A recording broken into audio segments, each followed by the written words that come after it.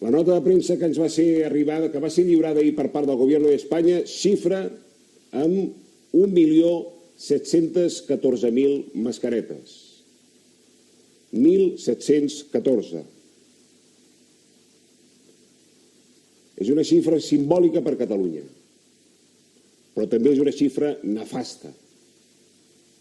I vull enviar un missatge al Govern d'Espanya. Així tampoc.